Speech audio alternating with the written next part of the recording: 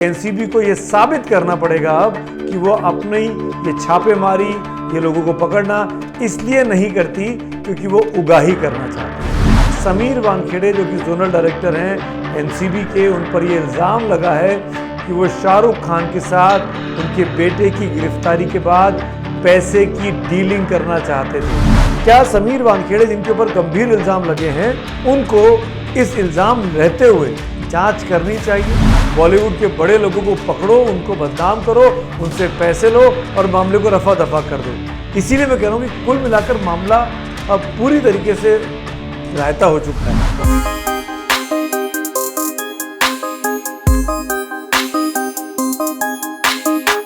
नमस्कार दोस्तों, रायता कुल मिलाकर पूरी तरीके से आर्यन खान और ड्रग्स के मामले में अगर एक शब्द में कहानी कही जाए तो वह है रायता। रायता फैल चुका है और रायता समेटना अब एनसीबी को भी नहीं आ रहा है। वो एजेंसी जो इस पूरे मामले की जांच कर रही थी, वो एजेंसी जिसने 2 अक्टूबर को सनसनी फैला दी थी आर्यन खान समेत उनके तमाम दोस्तों को गिरफ्तार करके कि ये लोग क्रूज पार्टी पे ड्रग्स का सेवन कर रहे थे, ड्रग्स इनके पास से बरामद की गई है। आज करीब इस घटना के 24 दिन के आसपास हो रहे हैं, 23 दिन के आसपास हो रहे हैं, लेकिन परिस्थितियां ऐसी दिखाई दे रही हैं कि एनसीबी अपने बिछाए इस जाल में अब खुद सवालों के घेरे में है। NCB narcotics control bureau Hindustan की वो प्रीमियर जांच एजेंसी है जो कि ड्रग्स के बढ़ते कारोबार पर, जो कि काला धंधा है, उस पर लगाम लगाए, उस पर रोक लगाए। लेकिन आज की तारीख में जब मैं रायता कह रहा हूं तो इसलिए कह रहा हूं कि एनसीबी को यह साबित करना पड़ेगा अब कि वो अपनी ये छापेमारी, ये लोगों को पकड़ना इसलिए नहीं करती क्योंकि वो उगाही करना चाहती है। बड़ा इल्ज़ाम लग गया है समीर वानखेड़े साहब, जो कि इस पूरे ड्रग रैकेट को भंडाफोड़ करके पिछले 1 साल से सुर्खियों में हैं, चाहे वो सुशांत सिंह राजपूत से जुड़ा हुआ मामला रहा हो या फिर अब आर्यन खान से जुड़ा हुआ।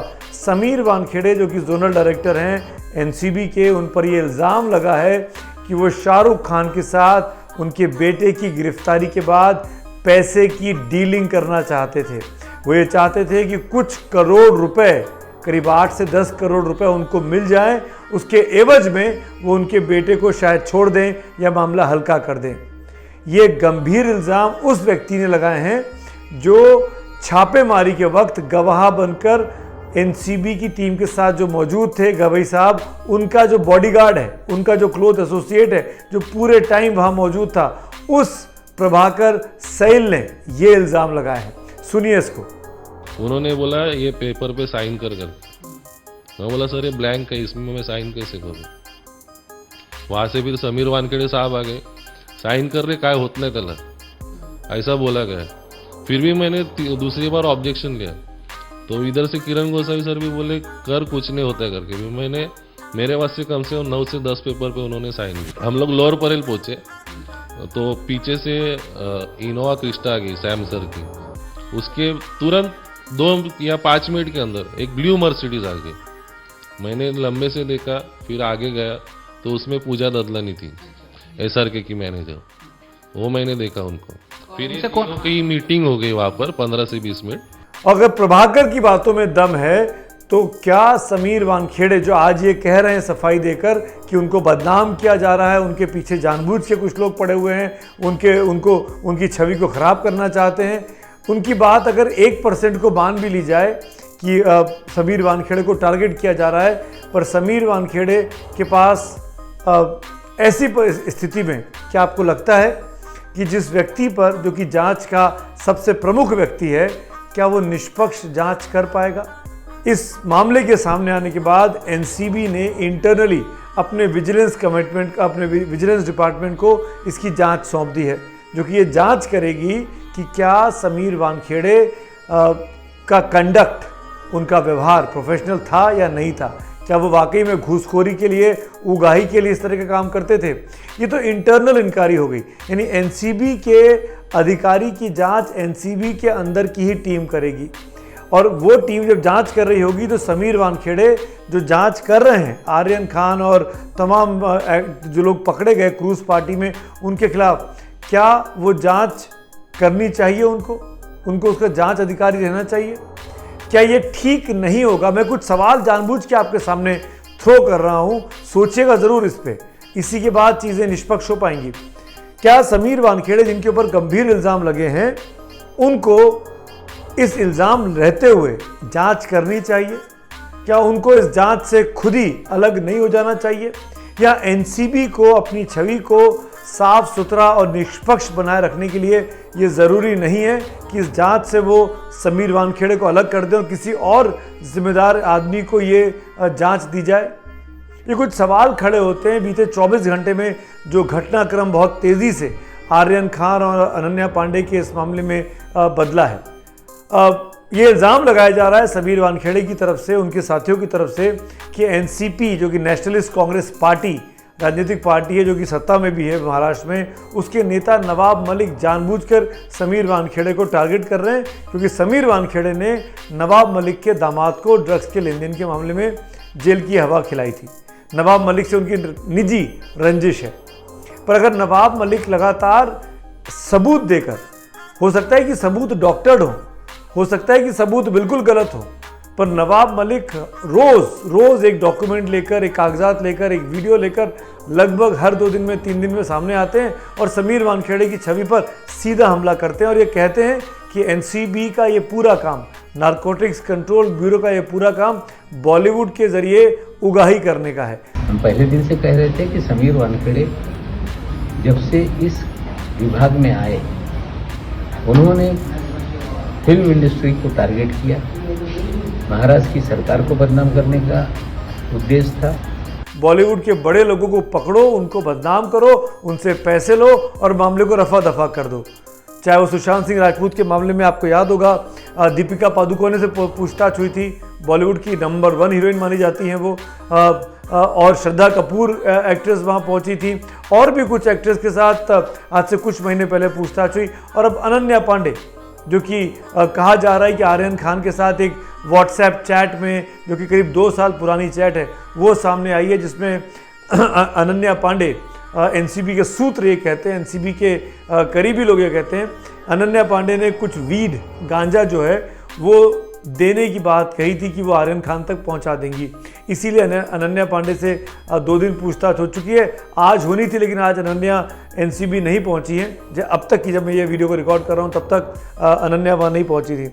इसीलिए मैं कह रहा हूँ कि कुल मिलाकर मामला पूरी तरीके से रायता हो चुका है, और उस रायते से निकलने का सबसे बड़ा कारण ये हो सकता है, सबसे बड़ी वजह ये हो सकती है कि एनसीबी के, एक तो पहली बात, जो जांच अधिकारी है समीर वानखेड़े, उनको खुद ही इस जांच से अलग हो जाना चाहिए, क्योंकि उन पर गंभीर इल्ज़ाम लग गए हैं।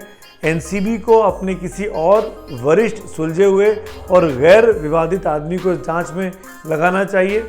और तीसरी और इम्पॉर्टेंट बात, बेहतर तो ये होगा कि कोई तीसरी एजेंसी, कोई सुप्रीम कोर्ट की जज की मॉनिटरिंग में या बॉम्बे हाई कोर्ट के जज की मॉनिटरिंग में एक जांच एजेंसी बने, जिसमें एनसीबी से जुड़े हुए अधिकारी हों, जो कि ड्रग्स पे की रोकथाम के लिए काम करते हैं, जिसमें इन्वेस्टिगेशन के लिए पुलिस जैसी एजेंसी के अधिकारी हों, जिसमें ईडी के अधिकारी हों, क्योंकि इसमें पैसे का लेन देन होता है बड़ी मात्रा में। ड्रग्स का कंसाइनमेंट अमूमन बाहर से, विदेशों से आता है, उसमें पैसे को कैसे दिया जाता है, कैसे लिया जाता है, उसकी एक कमेटी बनाकर, उसकी एक टीम बनाकर सुप्रीम कोर्ट के जज की निगरानी में ये जांच होनी चाहिए।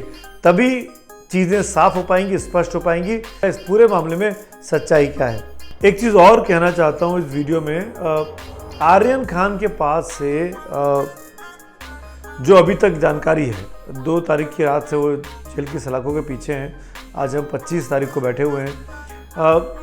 ऐसे कोई ख़तरनाक चीज़ें नहीं मिली जिससे ये साबित हो कि वो ड्रग्स लेते थे या ड्रग्स कंज्यूम कर रहे थे।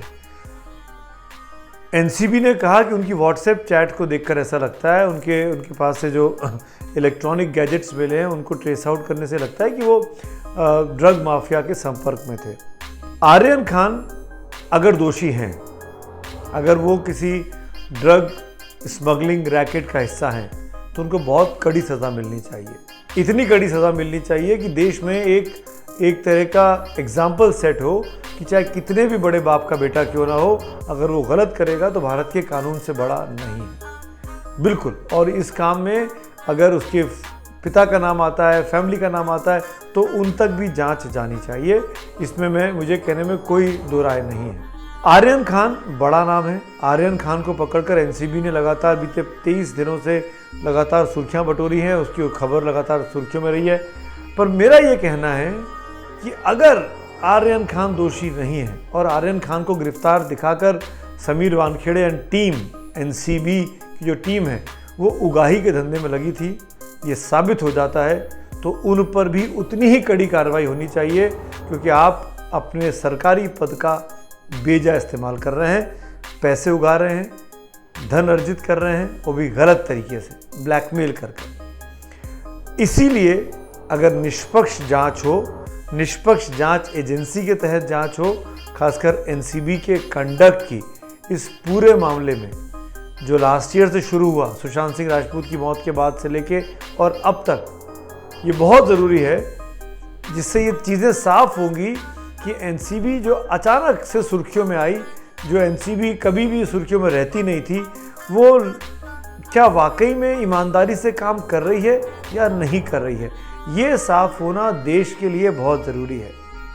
और आखिरी नोट, आखिरी पॉइंट इस वीडियो का, हमारे और आपके आसपास खासकर जो लोग बड़े शहरों में रह रहे हैं वो बहुत चौकन्ने रहें। हम लोग ड्रग्स के ढेर पर बैठे हुए हैं। गली गली, मोहल्ले मोहल्ले, सड़क सड़क गांजा, हशीश, हेरोइन बिक रही है, आसानी से बिक रही है। हमको अपने आप को, अपने बच्चों को, अपने करीबियों को सावधान रखना है कि वो इसकी चपेट में ना आए। युवा वर्ग बहुत आसानी से, चाहे तो ज़िंदगी में हाई के लिए या ज़रा सा डिप्रेशन हुआ कि नौकरी नहीं मिल रही है या पढ़ाई में अच्छे नंबर नहीं आ रहे हैं, वो इस तरफ चला जाता है। और एक बार इसकी लत लग जाए ना, अगर आपने लगातार 7 दिन 8 दिन ड्रग्स का कंज्यूम कर लिया, ड्रग्स पी ली, ड्रग्स ले ली, तो फिर इस चंगुल से बाहर निकलना बहुत मुश्किल हो जाता है। तो चौकन्ना रहने की सख्त आवश्यकता है।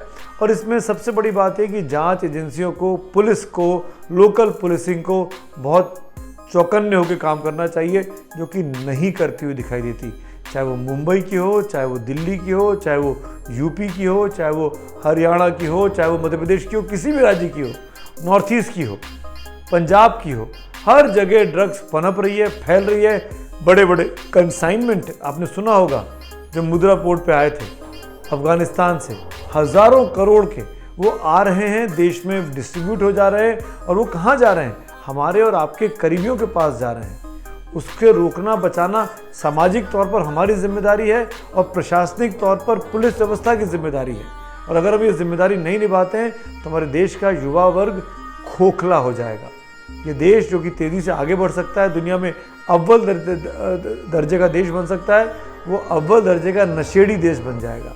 तो ये बहुत ज़रूरी है कि हम इसके मीनस को, इस राक्षस को, इस दानव को तुरंत रोके अपने संयुक्त प्रयास से, चाहे पुलिस हो, चाहे प्रशासन हो, चाहे हम आप खुद हो। धन्यवाद।